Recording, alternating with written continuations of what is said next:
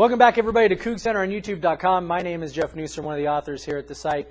Today we're back with you to break down another defensive play, although this one not as good as the one last week. In fact, we're going to break down that long touchdown pass to the tight end. But before we get started, just remember, if you like what we do, you can subscribe to us. There's a little button above my head if you're watching us on YouTube. If you're watching this on CougCenter.com, there's a link inside the post. You can click that.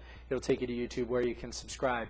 The defensive play that we're going to look at, like I said, is the long touchdown pass to the tight end. One thing to keep in mind is that we don't really know what the coverages are on these things.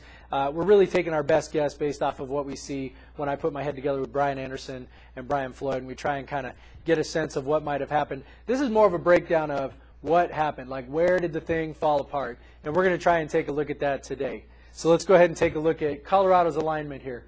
First thing you'll notice is this: Colorado's gone empty. There's 2 on the top, 3 on the bottom.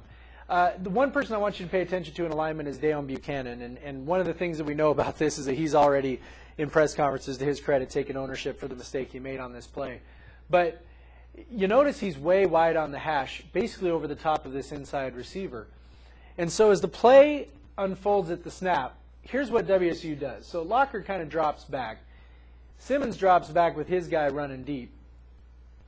Washington squats on a little short route here.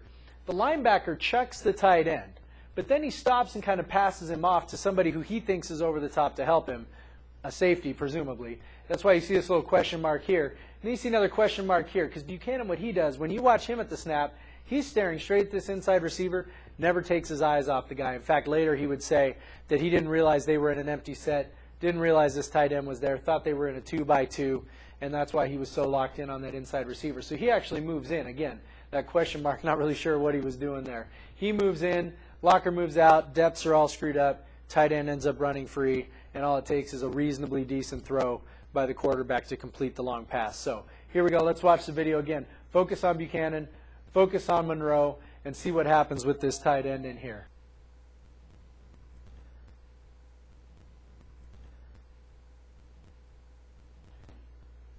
And again, there he is running free. And you can actually see Monroe put his hands up in the air like, where's my safety, where's my safety? And despite Pritchard's best effort there to catch up, he can't make it. And that's how it happened. You know, this is more to show, number one, this was a big play. So we wanted to break down a big play. It was an important play. But number two, just kind of want to show again, you know, in football you got 11 guys on the field. All it takes is one guy getting his assignment wrong. Against the perfect play, by the way. If that tight end runs a little hook, never happens, right? Just happened to be running a seam right down the spot, and there he goes. So, you know, one little breakdown, and the play falls apart. That'll do it for this week. Hopefully we'll have a little better results to show you next week. Maybe a little better offensive play, or a little better play, maybe something on offense to show you next week. Thanks for joining us. I'm Jeff Nusser. We'll see you next week.